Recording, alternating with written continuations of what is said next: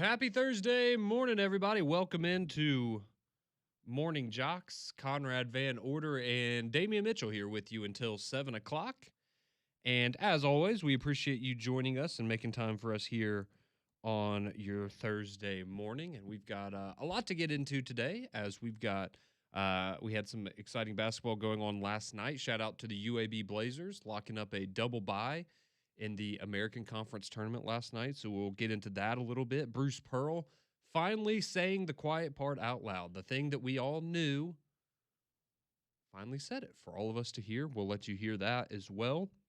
And we are going to dive into a little bit of the college football conversation that I wanted to get to yesterday, but we obviously were just so jam-packed with SEC hoops from Tuesday night that we weren't able to get to that. But good thing was there was one game last night, and it probably went the way that you expected it to with Arkansas and Texas. So not a ton to get into there, but will be, again, a lot of fun this weekend as we have a lot to get into with the iBob Part 2 on the way. But we do have to start with some sad news, unfortunately, in the world of college football, and some news that came down yesterday evening. If you haven't been online or weren't tuned into ESPN yesterday, very sad to report to you that Lou Holtz, the legendary college football coach, it was announced by his family that he passed away yesterday at the age of 89. Obviously, an iconic figure in the history of college football, both on the sidelines as well as in a television studio as an analyst and as a commentator. And I know many of us have many wonderful memories of him, and obviously of his family with his son Skip and what he did for the Stallions for the last few years, and kind of becoming a household name here in the city of Birmingham. But very sad news yesterday that Lou Holtz has very unfortunately passed away. If you remember, of course, he led Notre Dame to a national title back in 1988. He spent a lot of time around the game of college football over his head coaching career. This is a very impressive 249 wins, 132 losses, 7 ties. That's his all-time career record as a head coach. He spent time at 6 different programs, including William and Mary, North Carolina State, and then a couple stints in the SEC at Arkansas and South Carolina. You have Minnesota in there as well, and of course Notre Dame, where he did win that national championship back in 1988. He also spent 1 year with the New York Jets as their head coach. So certainly a very full life there as a head coach in the game of football. And then, of course, many of us remember his time on ESPN with Reese Davis and Mark May, and all of the great one-liners and back and forths and debates that they would have on that program. It was just a lot of fun, and somebody that, for the vast majority of his life was a great ambassador for the game of college football, and truly one of the greatest coaches of all time, one of the greatest college football media personalities of all time, and somebody that will undoubtedly be very, very missed around the game of football. Yeah, 100% prayers out to the Holtz family. Of course, we know his son Skip, near and dear here in the city of Birmingham. But, man, Lou Holtz, you got to think, for me and you, he was the guy on College Football Final. Him, Mark May, Reese Davis. You know, at the end of every college football game, they'll go through the highlights. They'll have some fun. And Lou Holtz always used to say what was on his mind. Like, Absolutely. He had reached that age where, I mean, if there was anybody else going to say something about college football, whether you liked it or not, you definitely got it from Coach Holtz, man. And, 89 long years on this earth. And, I mean, his impact is through generations. Again, he's forever immortalized as a champion there at Notre Dame. Success here in the SEC with 2 premier programs, I guess you would say, because of the fact that he kept South Carolina. He stayed at South Carolina so long, and then the transition to the SEC, and it's hard as you get older. You see like legends like this. They're a lot closer to the end than they are the beginning. But somebody that I got a chance to see a couple years ago speak at the Coach Safely convention here in Birmingham. And it was kind of surreal because, again, like I grew up with him on my television screen for so long, and then just to see him at that age, Of course, he was older, but still, just all the stories and things that he had over the years of just, he saw the game change in real time. But again, just a pillar of what is and what it was college football.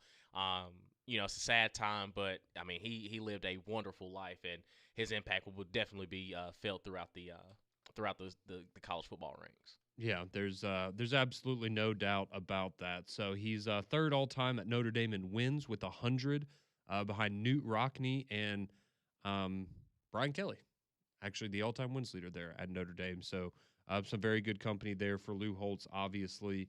But he's inducted into the College Football Hall of Fame, very much deservingly so. And again, somebody that will be remembered very, very fondly around the sport. And you could just tell after the news broke yesterday, if you were on social media, you saw many people. I mean, I saw Reese Davis, talking about him, and many people that knew Coach Holtz and had been around him either as somebody that was coached by him or somebody that worked alongside him in television, and just nothing but great things to say about him and his impact on the game of football, no doubt about it. So hate to have to start this show off this morning.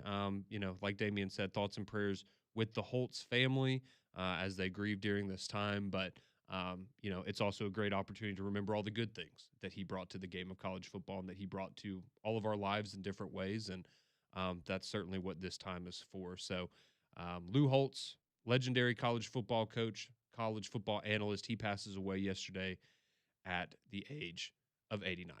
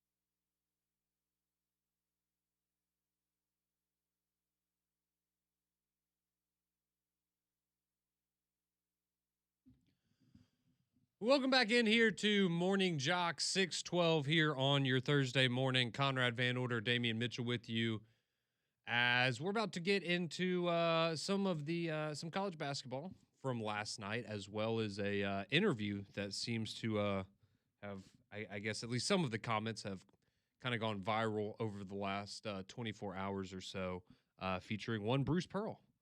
As this is like the third time that he's done an interview in the last week that's gotten a lot of attention, but we'll get into that here in just a moment. But I did want to start off by giving a big shout out. I know I touched on it at the beginning of the show, but shout out to Coach Andy Kennedy and his UAB Blazers as they went on the road last night in conference play to take on the Charlotte 49ers. And the reason this was a big one, because going in, UAB and Charlotte were tied neck and neck, and so the winner was going to get the 4 seed in the American Conference Tournament. The loser was going to be the 5 seed. And what's the difference there is if you're the 4 seed, you get a double bye in the tournament. So you have an easier path to the championship and obviously, in this case, an automatic bid to the NCAA tournament. And so UAB, they do what they've done all year long, which is win basketball games in conference play on the road. So they go to Charlotte. They get a win 80-74. They trailed by 2 at halftime, came out of in the second half, and it was a little rough there. You could tell Coach Andy Kennedy, if you're watching the game or listening to it here on JOX, I'm sure they were talking about it, but you could tell he was getting animated.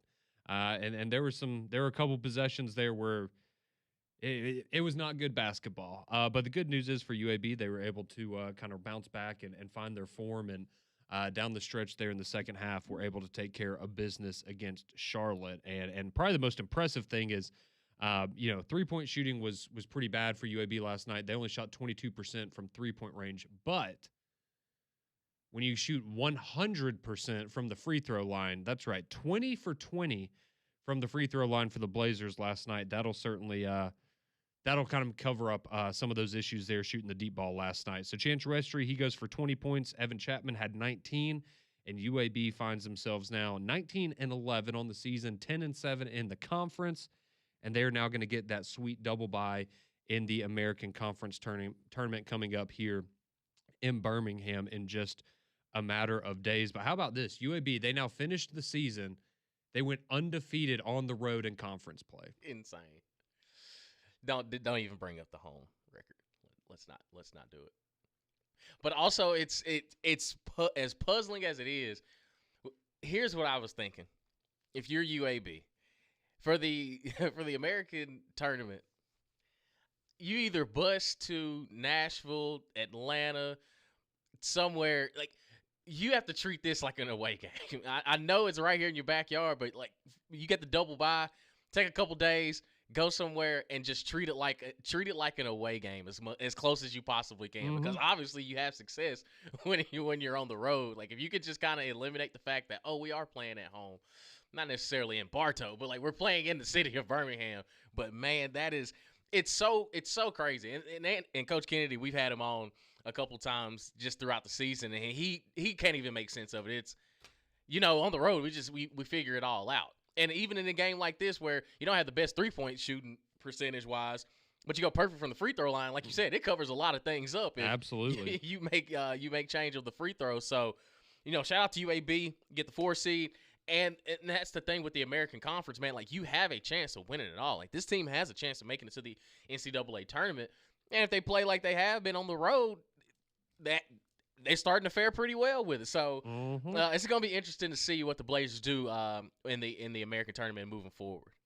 Yeah, there's no doubt about that. So the American Conference, they will their tournament gets underway 6 days from now, March 11th at Legacy Arena. And so looking at UAB, their first matchup will be on Friday. So they will play the winner of. Okay, well, I got to kind of go through and figure it all out. They will play the winner of the 5 seed versus the 8 seed game, or 8 and 9. They'll either play the 8, 9, or 5 seed on Friday. That'll be their first matchup in the American Conference tournament, and that will be a noon Central tip there at Legacy Arena. So got some time to kind of get some things straightened out. They have East Carolina to wrap up the regular season, and then it will be tournament time for the Blazers. But for anybody that was wondering when Damon was like, well, don't share what the record is. So in away and neutral site games this year, they are 12-2. That's great. They are 7-9 at home. Okay. Overall. Okay. It happens. But technically, this is a neutral site. That is true. So that is true. You're playing with house money if you're the Blazers. But yeah, kind of crazy how that's all gone down. And if you're wondering ahead of them, South Florida currently the 1 seed, Wichita State the 2 seed, and Tulsa the 3 seed, and then UAB the 4 seed. So that's kind of how that all is playing out over in the American. We did have a little bit of SEC hoops last night. Arkansas took down Texas 105-85. Just absolutely smoked them. And Darius Acuff, of course, he was doing his thing. He had 28 points, 13 assists last night for Arkansas. Trevin Brazile, he had 28 points as well to go along with 7 rebounds. So yeah, that'll play. No doubt about it that'll play. And then Texas, they had just kind of a rough go of it last night. Didn't shoot the ball particularly well. They shot 52% from the free throw line. So I know that's not going to make Coach Miller very happy there, but Texas still staying alive in terms of their NCAA tournament hopes. But that certainly would have done them some favors. But as of right now, they would still be in the last 4 buys category, just going off of Joe Lunardi and his latest bracketology. And if you're wondering, Auburn, they didn't move. Indiana and VCU moved because Indiana clobbered Minnesota last night. So Indiana now the last team in. VCU the first team out, and Auburn the second team out. But as we know, it's all going to come down to Saturday, and can you beat the Alabama Crimson Tide in Coleman Coliseum? Because if you win that game, in my opinion, you're in the tournament. You lose that game, you're out. I think it's pretty simple at this point as far as Auburn is concerned. But speaking about Auburn and their former head coach, that would be one Bruce Pearl, who has made some headlines over the last few days, largely, making some comments about Miami, Ohio, who, if you're not familiar, they are currently a top 20 team in college basketball. They're 30-0. They are undefeated, but they play in the MAC. And so the argument has been, if they don't win their conference tournament and get the automatic bid from the MAC, do they still deserve to be in the NCAA tournament? Bruce Pearl and some other people, it's not just Bruce, but Bruce Pearl, maybe the most notable person to take some shots at them. And we all knew why he was doing it, right? It's not because he hates Miami, Ohio. It's because he realizes that there might be a scenario out there where a final spot in the tournament could potentially come down to Auburn or Miami, Ohio. And so you just kind of put 2 and 2 together. And obviously he's going to stand up for the university and his son, who's the head coach. And it all kind of, it makes sense from the standpoint from that standpoint. But, I brought up the argument the other day. I said, if you're listening to Bruce Pearl and expecting an unbiased opinion on Auburn basketball, then you're fooling yourself. Much like if you watch College Game Day and you expect an unbiased opinion on Alabama from Nick Saban, you're fooling yourself. It doesn't mean they're not good. I think they're both very good at what they do. You just have to separate the fact that they're both still getting paychecks from their former universities. And, oh, yeah, in Bruce Pearl's case, his son is the head coach. So naturally, a lot of people weren't happy about that. I don't have a problem with it. It's your son. Obviously, you're going to stand up for him and speak out publicly in his defense. You just have to be able to formulate your own opinion, people. That's kind of my take on it. So yesterday, Bruce Pearl did an interview with Dan Dockich, who, if you're not familiar, he does a show called Don't At Me on Outkick. And so we're going to play this audio for you. This is Bruce Pearl. It was him kind of talking about the whole Miami, Ohio narrative, but this is Bruce Pearl talking about Auburn being on the bubble and finally saying what we all knew out loud. Right now, Auburn is on the bubble. They are either going to play their way in or play their way out. Okay, that's going to be determined. Had they beaten Ole Miss last Saturday, they beat LSU last night, it may have been enough. Looks to me like they got to win one more to get in. That's objectively how I feel. Am I rooting for my son to make the NCAA tournament? Of course I am. Did I help my son get the job? Nepotism? Of course I did. People want to accuse me of something saying, yeah, I love the United States of America. I love my ancestral Jewish homeland. I'm not going to deny who I am and who I've always been. So there you have it. That's Bruce Pearl saying I guess the quiet part out loud finally, which again, I know there's a lot of people that were upset yesterday that he publicly said this, but again, I just go back to, we all knew this was the reality of it. I honestly applaud him for just standing up and saying, yeah, this is the reality of the situation. And guess what? I mean, I'm not a dad, but I would hope my dad would do the same thing for me. Exactly. Right? And I'm sure you hope your dad would do the same for you. And if I ever have a kid one day, I would do the same thing for them. And that's, you just have to know that and be able to separate that. And I think it's fair to say, I think Bruce Pearl's a great college basketball analyst. I also understand that he's going to be biased when it comes to the Auburn Tigers program, and that maybe I need to, take what he says with a grain of salt or just kind of not really carry much weight. Yeah, and it's like anything in the working world. If really and truly, when you see companies that promote within and they have a son that's an heir to the throne, it's essentially the same thing. It's Bruce Pearl's going to do everything possible to make sure that his son was in the best position to be the next head coach. Like it was given. And again, he said the quiet part out loud of, yeah, it's nepotism. My son is the head coach for Auburn. I want Auburn to make it to the NCAA tournament. I just got done coaching there. Like, I know the ins and outs. Like you said, he's getting paid. He's still on the payroll for Auburn. Mm-hmm. Everything that he said, I guess now that we have validity to it, like, we kind of already knew this. But, yeah, it's very similar to how a lot of these big companies are. It's, hey, my son is the next person up. He's going to be the guy. Whatever he does with it from that point forward, I don't have any control on it. But yes, he is going to have a leg up. And I'm with you. It's whenever I have kids, I'm going to do the exact same thing of, okay, I want to prepare them as much as I can to put them in the best position possible and move forward. I think any parent would do the exact same thing. It's just he's in a profession that it's going to be looked at as, oh man, you tell me we couldn't get anybody else to come coach. And then, of course, it's all hindsight of how the season has gone. Because, again, if Stephen Pearl led this team to, let's say, if they only lost, 2 conference games and they're sitting at the top spot, everybody would be praising them. It's the fact that they're so inconsistent in year one. It's, okay, it's under a microscope because he is the son of Bruce Pearl. And again, he took Auburn to the Final Four in his last stint. So I can understand that the expectations were already set at astronomical levels. Yep. So it's, unless Stephen Pearl went undefeated pretty much, it was going to be a difficult situation. And it's a gut punch to know that, oh man, he just gave his son the job and this is what he's doing with it. Well, and I think the other reality that Bruce is well aware of, and again, I don't think he would say this part of it out loud, but he understands that part of the reason that Auburn's in the situation they are is because of the way that he decided to step away from the program. So he understands that.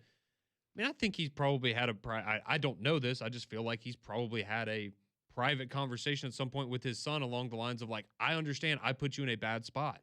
And that's my thing with Stephen Pearl. I understand a lot of people are, oh, they need to get rid of him. We need to go ahead and fire him and whatever. I don't put this season necessarily on Stephen Pearl. I don't know that if you had gone out and hired – I don't know, but you went out and made an actual hire, right? You went through a hiring process and interviewing candidates and hired an outside coach to come in. I don't know that the results would be all that different because you clearly have a problem with the players. And I know maybe, you could blame that on Stephen Pearl and say, well, they don't, he doesn't know how to lead the guys the right way or whatever. But I think you just got a lot of guys out there that don't know how to play together. They're a little self-centered. And there's just the team chemistry part of it hasn't come back together. And I think part of that is not Stephen Pearl's fault because you've got guys that are probably a little resentful because they went to go play for Bruce Pearl and then he essentially abandoned them right before the season started. So it's, again, I don't put too much weight into what Bruce said yesterday. I'm glad he just said that part out loud. We all knew that was the case. We all knew it was true. And again, I don't necessarily blame him for doing that. It's just you have to know that as a listener where the biases may lie. It's just like anything else, right? Like, I'm sure Kirk Herbstreit would tell you, yeah, he's going to have a little bit of a lean towards Ohio State with certain things, right? Like, that's just the way that Greg with Alabama and Cole with Auburn. Doesn't mean that they can't be unbiased about it and they can't give a fair perspective on it, but, like, you're still going to have those leanings, or you're just going to feel a different type of way about something that you were attached with and was a big part of your life. And I would say double that when your child is involved. So it's it is what it is. There's nothing wrong with it. It's just, some people needed to hear him say that, and so I'm glad that they got to hear that yesterday. And I personally, again, I credit him for just putting his hand up, saying, "Yep, y'all, you're right. You got me. Yeah, right. You're right. Oh, yeah. You got me. Yeah, it is what it is." So we'd love to hear from you, though. 205-834-9450. Did you have a problem with what Bruce Pearl said? Did you think it was funny?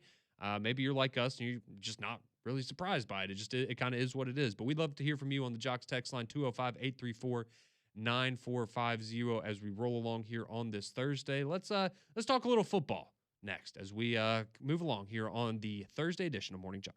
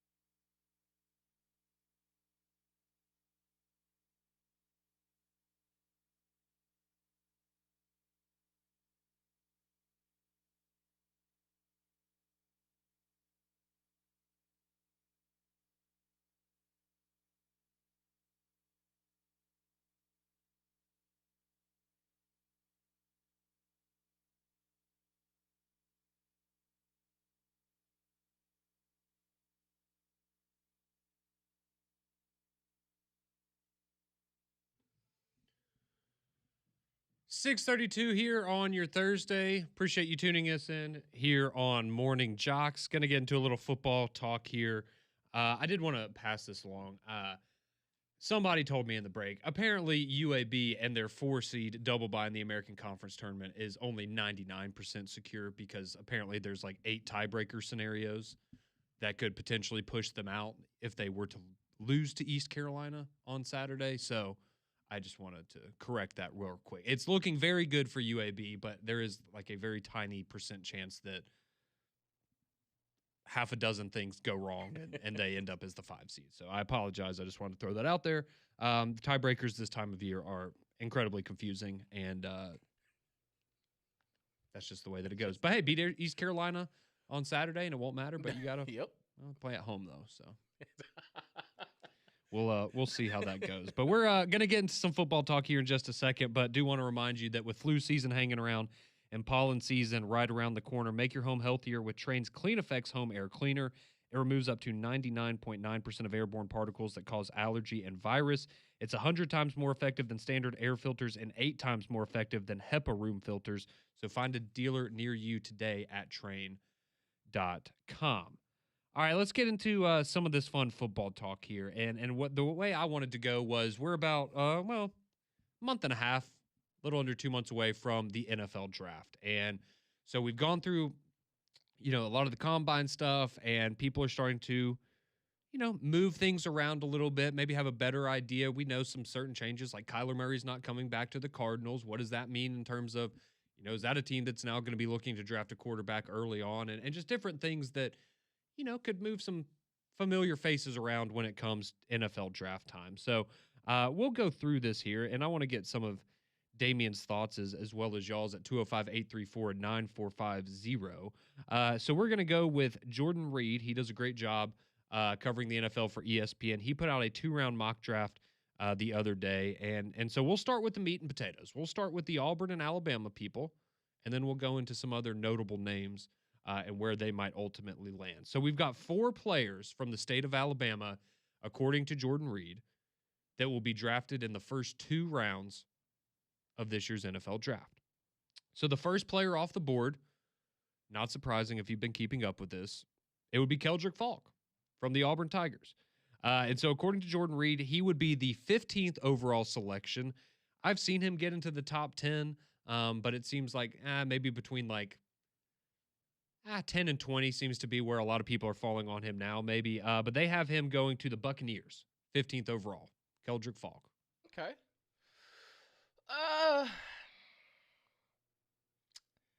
Not a bad spot. No. Not a bad spot. He's no Myles Garrett. He's also not a slouch. I think that this past season, a lot of the spotlight was put on him, so a lot of other guys on that defense really started to make way. Mm-hmm. Not to say his impact wasn't felt, but I think he left a little bit to be desired for his final year there on the Plains. But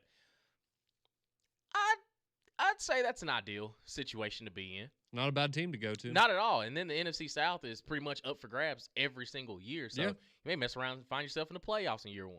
Yeah, he very well may. So that would be the first player off the board from the state of Alabama. Next up, at number 22 to the Chargers, we have Caden Proctor, the Alabama left tackle.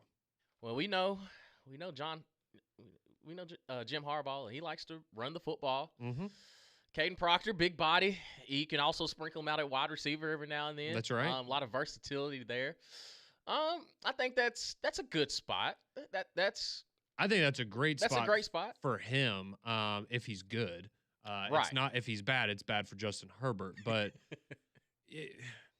again, and if you go through and if you're keeping up and you see what kind of the NFL people think about Caden Proctor, it's a lot of what we've been saying for the last couple of years. It's prototypical size. Mm-hmm. He's lost a little bit of weight since the end of the season when he went to the combine and some of his measurables. So those were off the charts in a lot of ways, and obviously teams are going to love that kind of stuff.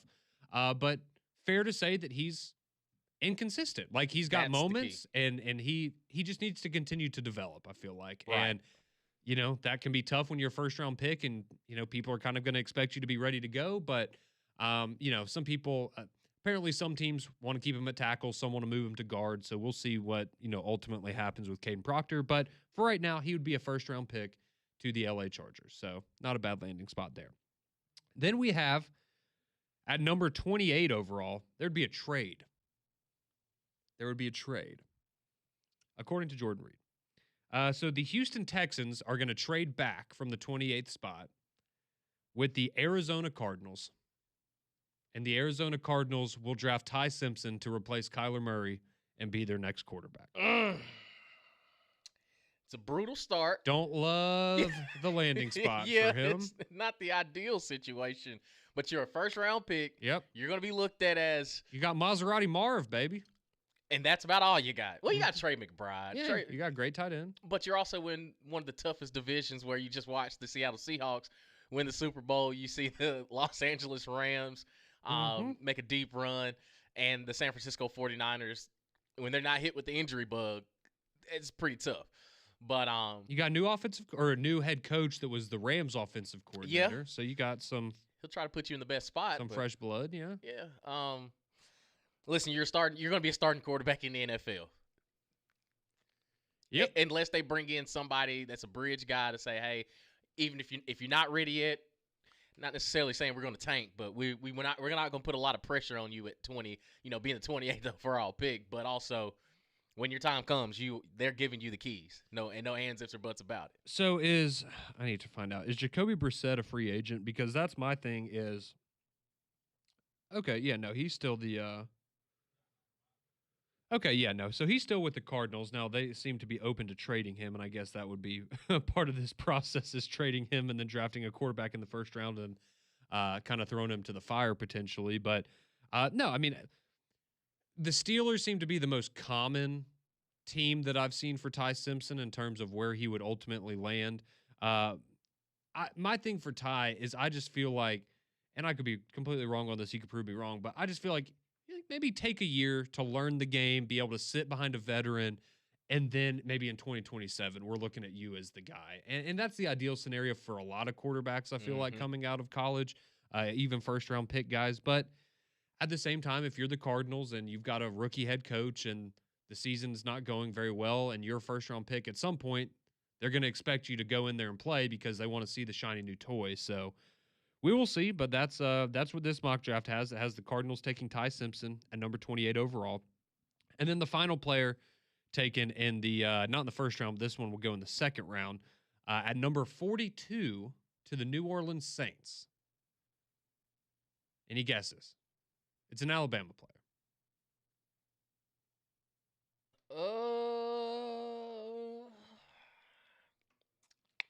Think train. What does it protect you from? The germs? Old Germ. That's Jeremy right. Bernard. Jeremy Bernard would go number 42 to the New Orleans Saints. So he'd have Tyler Shuck and... He ain't got Derek Carr throwing him, hospital balls. No. But you pair him up with Chris Olave, I think they're both like tactician receivers. So that's a good spot because you got Kellen Moore, who, he's looked at as one of the better offensive guys in the league. I'm pretty sure they'll find some innovative ways to get him the ball. But the Saints, man. I'll say this. They're not necessarily rebuilding, but they're also. Yeah, I don't think there's any. But I was impressed with Shuck last year. He was a lot better than I thought he was going to be. Yeah. I'll be completely honest there. So maybe there's that room for growth, and again, you play in the division that's right essentially up for grabs most of the time. So, you're not going to Kansas City with Patrick Mahomes, but it's not the. You're also not going to Cleveland, so true. There's worse places to be. There are absolutely worse places you could go than the Saints, but it's just gonna take some time. But I do think that, I love Jeremy Bernard. Like when you look at somebody that can do it all, how many more years does Alvin Kamara really have left in the tank of like worthwhile football? I think he'll make that offense a little bit more, I guess you say, dynamic. What's interesting, you just said that about Alvin Kamara because those are the 4 Alabama and Auburn players that are going in the first 2 rounds or projected to in this mock draft. How about this, though, at number 8 for the Saints because they have the 8th overall pick, Jeremiah Love. Oh boy. So you get Jeremiah Love in the backfield, then you get Jerm. Oh boy. I'm telling you this as a Titans fan. I would hate for us to pass up on Jeremiah Love. Like, I love Tony Pollard. He has done wonders for us, but Yeah, it's Tony Pollard. it's Tony Pollard. Yeah, Right. No disrespect. Now, if we got him and Jeremiah Love, I think that knocks us up. Tony Pollard was a great RB2 in Dallas. 100%. And he went over 1,000 yards this past season, but also, he's only getting older. Yeah. And we need Jeremiah Love is kind of one of those. We can put him in right now, and our offense goes up a notch. Absolutely. Yeah, no, he's a monster. But, man, and that's a whew. that'd be nice. Nice first couple rounds. Yeah. I think even Chris would be happy with that. Who's a big New Orleans Saints fan. All right, I want to get your take on a couple more of these, and then we'll get to your phone calls and your text. So number 1 overall, Mendoza to the Raiders. Not a big surprise there. Number 2 overall would be Arvell Reese, the edge rusher from Ohio State. Number 3 to the Cardinals would be David Bailey, edge rusher from Texas Tech. For the Titans, how would you feel about Reuben Bain? Oh, I wouldn't be mad at all. Okay. Pair him and Jeffrey Simmons. Yeah, that'd be on great. the D-line for sure. I think that would be, and I think that's where, I think a lot of people would want a Jeremiah Love type player, Right, but I also yeah. feel like if you can get an elite pass rusher, Yeah. you get that over the running back. Yeah, absolutely. Yeah. Running backs have a shelf life anyway. Absolutely. Okay, so you'd be cool with that. Absolutely. All right, how about number 7, the Washington Commanders? They are going to take Caleb Downs.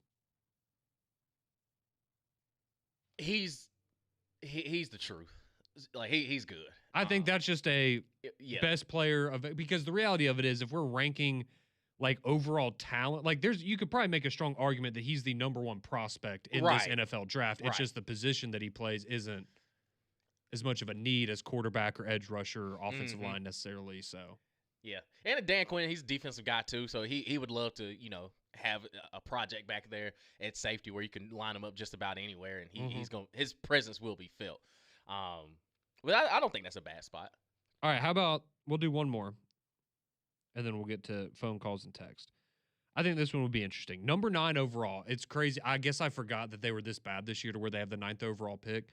The Chiefs taking Carnell Tate. Oh gosh. Patrick Mahomes comes back week 4, fully healthy, and he has another weapon he gets to throw to. Mm-hmm. And I just listen. He's an Ohio State receiver, so until proven otherwise, it's going to work. It's going to work.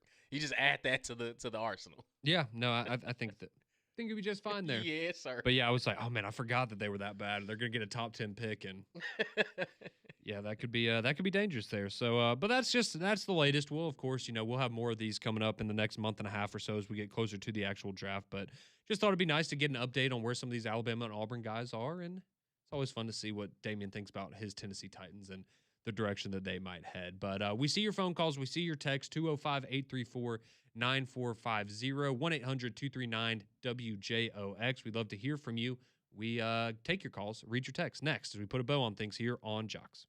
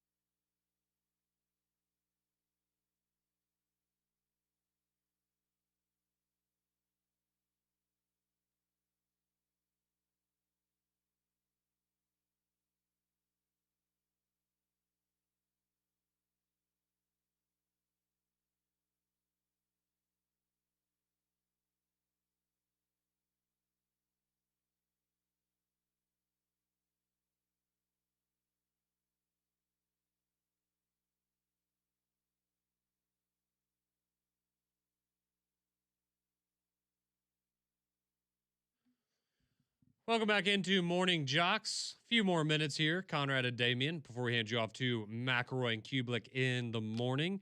And we're going to get to your texts and your calls on a variety of topics, from Bruce Pearl to the NFL draft for Alabama and Auburn players, and, of course, some of you sharing your memories of the late, great Coach Lou Holtz. But we'll start off with Brandon. He's in Leeds. He's been waiting patiently on the phone lines this morning. Brandon, how are we doing? Hey, good morning, guys. First of all, I am a big Alabama fan, but I do feel bad for Stephen Pearl. And the reason that I say that is because he's following in his dad's footsteps. So we can look at it two ways. He's not having the season that he expects or what, the Auburn basketball program expects. And they're like, well, if his dad was here, well, he set him up and he should be doing this. And so, if Bruce was here, we wouldn't have this season. But then you look at it on the other hand, if he had just, only a few losses and was having a great season, they were like, oh, well, because it's his dad and his dad set him up. You're right. Yep. I mean, you can flip the coin, and he's set up for failure either way. And, that's like any kind of coach that comes in after, look at the DeBoer situation. If he'd have come in that first year and had a great season, what would people say? Oh, well, that's Saban's players. Well, he didn't have a good season, so they're like, oh, well, Saban set him up. So, I kind of look at it this way, and I appreciate you taking my call, guys. Have a great day. No, that's a great call there, Brandon. I think that's a great perspective to have, and we appreciate you calling anytime. But yeah, that's there you go. Alabama fan telling you right there. He feels bad for Stephen Pearl because he's right, because if they were having success, it would be, well, this was a team that Bruce Pearl put together to hand over to his son to guarantee his success. Or we're in the situation we're in now, which is, oh, well, this guy shouldn't have gotten the job, and it's Bruce Pearl's fault because his son wasn't ready for it, and he knew his son wasn't ready, but he still gave him the job anyways because nepotism. Or you can also, it's okay to kind of put some blame on players as well too. Like, I think people tend to forget that. I think this is a great scenario of multiple things can be true at the same time. Right. And in this case, that's fact. I think in this case, like you said, fault goes to the players, Mhm. fault goes to Bruce Pearl, and some of it does go to Stephen Pearl. Right. Like, all three parties can be to blame in this situation, and it doesn't mean that one's right, one's wrong, or one's more important, or one's worse than the other necessarily. It's just that multiple things can be true in this situation nonetheless. Let's see. All right, let's go to the text line now. Some of you chiming in there as well. So this one says, being the way the home record stands for UAB basketball, maybe we should all dress up in purple and gold when East Carolina comes into town this weekend. And they said, just to add, maybe make some noise and distractions during the UAB free throws. I like where you're Treat coming it like from. a road game. I think that's actually not a bad idea there. Let's see. John texted in. He says, y'all know I'm an Auburn fan, but I'm also a Raiders guy. We're the biggest sleeping giant in pro sports. IDK if the league will be nice to Mendoza. Saying that to say they should trade out and accumulate picks. They aren't going to the Super Bowl. It's a full rebuild with Max Crosby. Yeah. Is he happy now? No, he's not. He's still not happy? He's not. If he wants to be a Tennessee Titan, feel free. I think there's We can make 31 organizations out there that would love to have Max Crosby on their roster. We'll figure it out. This one says, don't the Titans need offensive line more than defensive line? Listen. I think that was a case of maybe you're reaching a little bit for an offensive lineman, Exactly. so you're just going to go and take the... If they ain't jumping off the tape to me, let's just continue to build this thing on up. This text says, Caleb Downs going to the Commanders and learning from someone like Bobby Wagner is terrifying. Yes. Whew. You ain't lying. Bobby Wagner out here, this is what, year 15 for him? Yeah. Still leading the league. I was say he's like, I played with these guys named Earl Thomas and Cam Chancellor. Let me turn on the film for you. I can coach you up, brother. Yeah, they were exceptional.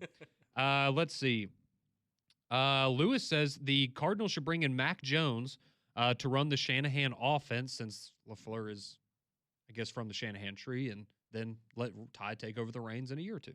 No, I think Mac's cool in San Francisco because the way Brock Purdy's career is going. Oh, he's in such a good spot. Yeah. Because when you play great, It's almost like the AJ McCarron thing, right? It's like you just in a situation, you get limited opportunities now, and when you do, you take advantage of them, and there's always that allure of, well, what if we made him the guy again?